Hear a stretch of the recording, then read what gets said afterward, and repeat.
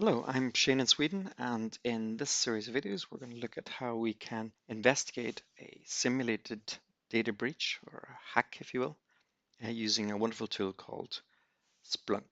This video presentation series is going to take place in 4 parts, 4 different videos. The first video, this one, will introduce us to Splunk as a tool and also the Lockheed Martin Cyber Kill Chain that we can use as a model to investigate our hack. We'll talk a bit about the hack that happened, that we're investigating, and also the type of data sources we have in Splunk that we can use to investigate this data breach. So the first part is mostly theory.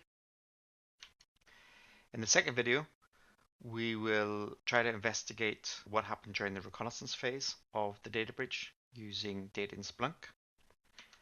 In part 3, we'll move on to the exploitation phase using data in Splunk to find out what happened. And in the final part, we'll be examining both the installation and action on objective phases of our data breach. Although we have a 4-part series here doing our analysis, there will actually be a bonus part at the end, which you can perhaps look at right away if you want to.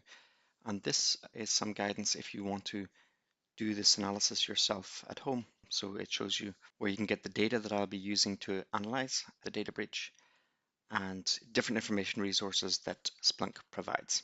So if you want to follow along with this video course or this series of presentations, maybe you should have a quick look at that first and then come back to the rest of these 4 parts. Okay. So what is Splunk? Well, it's been around for about 15 years and actually it's not specifically a security tool, although we can use it for security purposes and it is widely used in the security area. And for that reason, it's often referred to as a SIM tool. Now, some terms in this presentation you may not have heard of before. So when we come up with a new term, we'll try to explain it. So SIM stands for Security Information and Event Management. And it's information about security issues at an organizational level. An event might be like, for example, failed login for an important account. And that failed login might just be that the user has forgotten their password. Or that failed login might be part of a larger set of activities that are actually a brute force attempt to gain access to the password for that privileged account. And the SIM system allows us to handle and process and present those events in its broader context so we can understand, hopefully, what is going on. SIMs are often used within an organization by a SOC, and a SOC stands for Security Operations Center. And they're the people who often handle these type of incidents. If you ever get a chance to visit a SOC, I suggest you do it actually because it's quite an interesting place. In fact, it's probably the closest thing you get to in real life to NASA control center you'd see, or the James Bond super baddie control room. So in this video, we're going to carry out some of the tasks that actually a SOC might carry out in the event of a data breach or some other serious security incident. One of the reasons why Splunk is such a useful tool for security specialists is that its purpose when they originally built the Splunk tool was to make sense of machine-generated log data. And this is very useful for a security context. Splunk allows you to then combine machine-generated log data from different data sources and process the results to produce a report or table results or visualizations that are easy for us humans, people, to understand.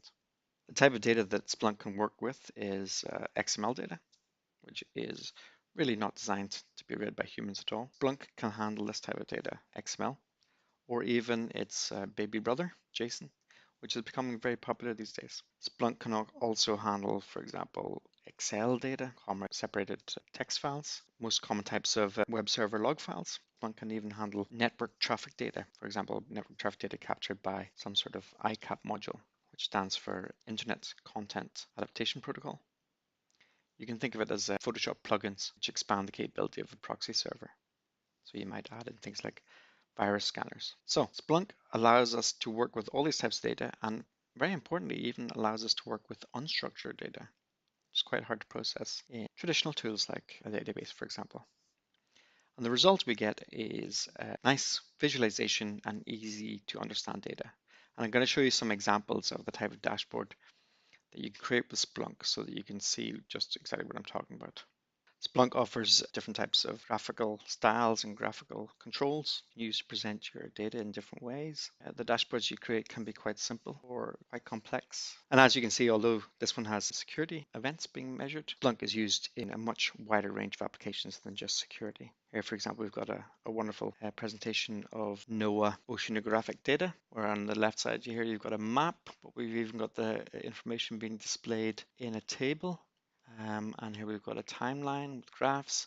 In our case, however, we are going to use Splunk to examine a security incident. And in this case, it's actually simulated data breach. And in our scenario, we in the SOC, we've received an incident call that something has happened to our website here at a company, Wayne Industries. And as you can see, somebody's defaced the main web page on our web server and changed it to this picture. And we believe the suspicion is that this website has been defaced by an advanced persistent threat. So we've got a new term here, an advanced persistent threat, an APT. An APT is a sophisticated operation that over a period of time, usually a long period of time, infiltrates an organization's network.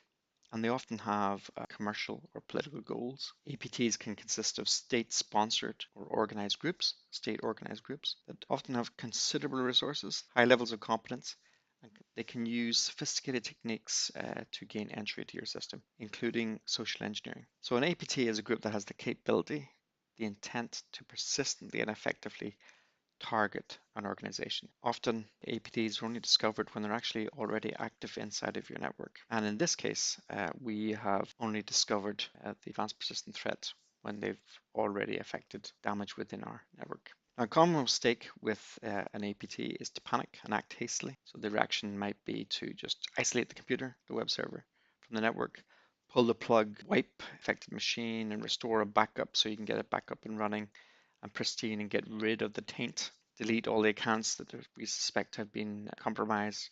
But in certain circumstances, it may be smarter to actually just wait and try to observe the data we have and captured to understand and build a full picture of what is happening inside our network before we alert our adversaries that we are aware that they're inside of our network. Before we actually take any action. Here, of course, since they've actually defaced the homepage on our web server, they are aware that we're aware that they're inside the network. But our job is still the same here. We want to go over the data we have and see if we can build a picture of what exactly happened, how did it happen. So how do we analyze an attack? Where do we even start? Well, there are methods for modeling intrusions on computer networks. And we're going to use a popular method, which is called the Lockheed Martin Kill Chain. Okay. And the Lockheed Martin Cyber Kill Chain was specifically developed to deal with advanced persistent threats. Lockheed Martin themselves describe it as a model that enhances visibility into an attack and enriches our understanding, our being the security analyst understanding of an adversary's tactics, techniques, and procedures. In the Cyber Kill Chain, the model identifies different stages that your attackers or adversaries must complete in order to achieve their objective. And we can look at these stages. The first stage is usually the reconnaissance stage. The purpose of this is to identify targets. Okay. In this stage, the adversaries are in their planning phase of their operation. They're conducting research to understand which targets will enable them to meet their objectives. So they might be trying to find if there's a web server, for example, if that's their goal. Reconnaissance is often divided up into two types of activity, actually. The first type is passive reconnaissance. And this is quite hard for us to detect these type of activities because it's happening totally externally to our organization, our network. So things you might be doing in passive reconnaissance include, for example, searching the net to harvest email addresses for people who work at the company, at Wayne Enterprises. Or it could be the attackers are developing a profile of our technological stack that we're using at Wayne Enterprises. And you can do this, for example, by looking at the required skills that are job advertisements for our company, or identifying employees that work for us through social media networks. So this is passive scanning. And because it's happening externally through, for example, Googling, it's very hard for us to actually detect that it's ongoing. The other type of reconnaissance is active scanning, and this is much more easily detectable by us. So there might be scans against our network to try and identify and discover hosts, or to identify the operating system we're using OS fingerprint scans, for example, or the different applications we have, or the ports that are open and active, or the services that we're making available to the internet as a whole. So the whole point with active reconnaissance is, for example, discovering internet-facing servers. Both of these type of reconnaissance activities, active and passive, have one goal, and that's to find some sort of vulnerability in our system. For example, ports that are vulnerable to exploitation. And this vulnerability will then provide a means for the attacker to access the target system, in this case, Wayne Industries web server.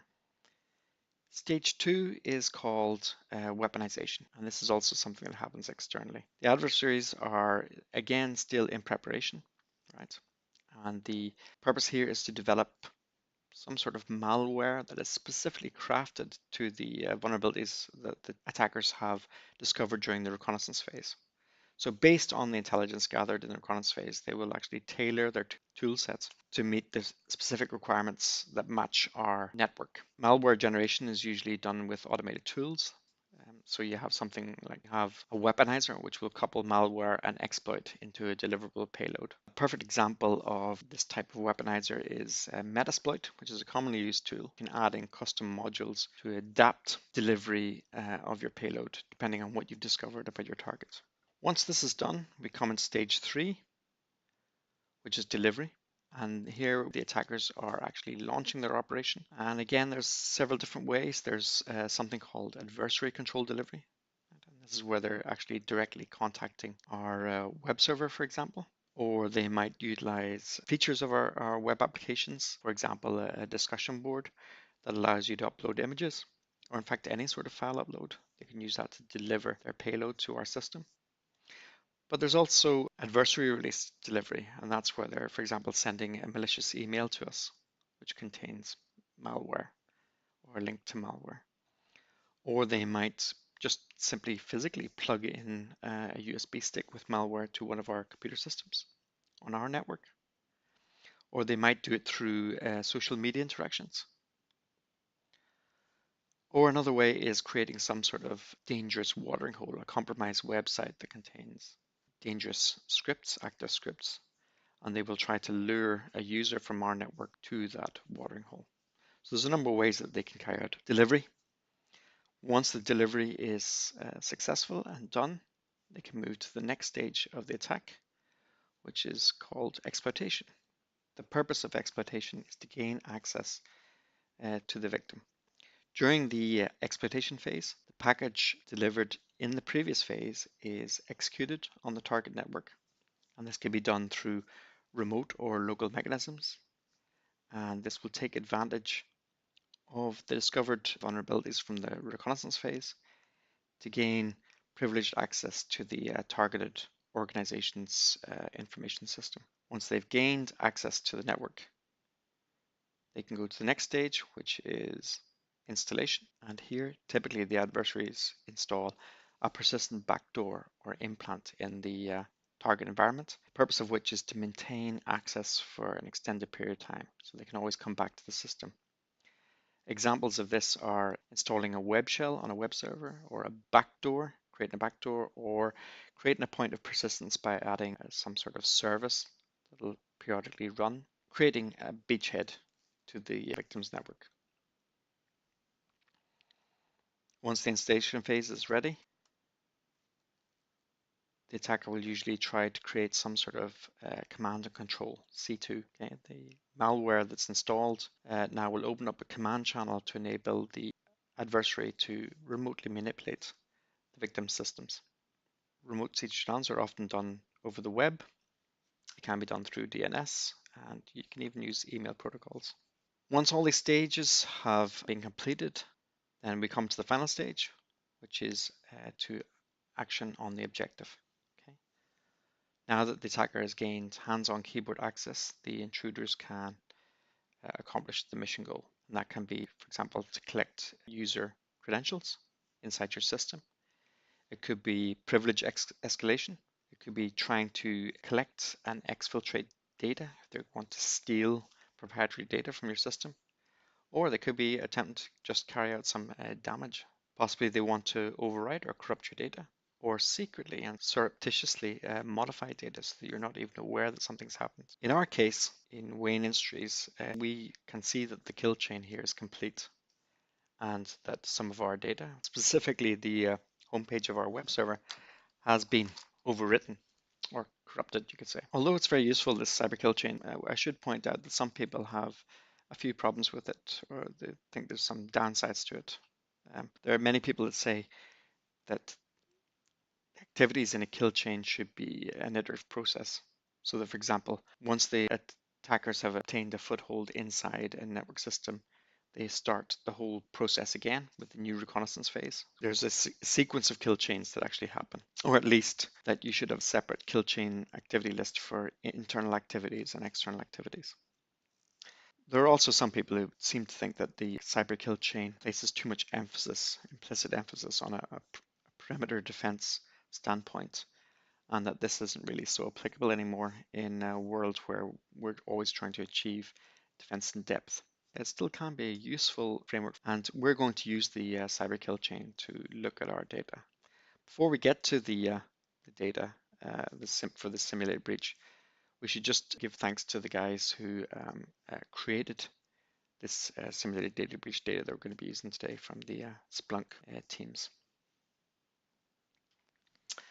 Right, so here we are in Splunk, and you can see that we've got an index that we're using, and this is the index we'll be using for this whole investigation. Now, before we start doing anything, it's probably useful to just look at what sort of data we have. To carry out this type of investigation in Splunk, you do require quite a few different data sources. And here we can have a quick look and see what we have in this case. So I just run a general query, and it's over all time. You can see down here, if we go to the left, we can see we've got source types. And we can see how much information that comes that's available from the different source types. So this is a very quick way of actually having at a quick glance what we have. And you can see, for example, we've got sysmon data. But there is actually a better way. We don't need to run a huge query like this, which can be quite slow. Instead, we can use the Splunk metadata command. And just type this in here, metadata, and then we can use the type. We want to look at our source types.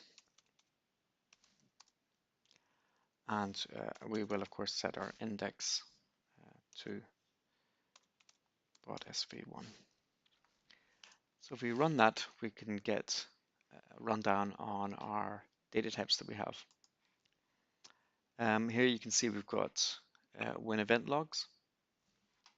And that's really just standard Windows logs. So you've got application, you've got security, you've got system with the different events that Windows has collected.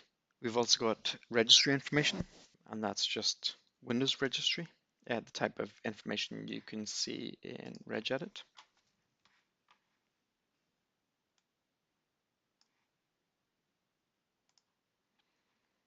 So this you can have in Splunk as well. Then we've also got sysmon data. And sysmon is a tool, one of the tools from the system internals toolset, which allows you to monitor quite a lot of things that are happening within a computer running a Windows operating system. Things like files, file usage, memory usage, a whole lot of stuff. So it's a very useful data source, and you can take that into Splunk as well. We also have FGT data sources, which is the firewall used within Wayne Industries. It's a FortiGate next generation firewall. So we have some information from our firewall. Here we've got Internet Information Server, the web server's own logs. We've got information from a Nessus vulnerability scanner, and Nessus is a very popular vulnerability scanner. We also have different protocol streams, and this is from Splunk's own stream application, which allows you to look at network traffic data according to different protocols. So we've got web protocol, DNS, ping, so on. And we've also got Suricata data. And Suricata is a open source intrusion detection system, IDS, or can also be an intrusion prevention system, IPS, and network security monitoring tool, which allows you to inspect network traffic and create alarms and actually take action. And it has good integration with a number of different SIMs, including Splunk. So these are the data sets we have, which is quite a lot. And in combination, hopefully, we'll be able to piece together what actually happened to our web server. And we'll start looking at that in the next part of the video. So I hope I will see you there.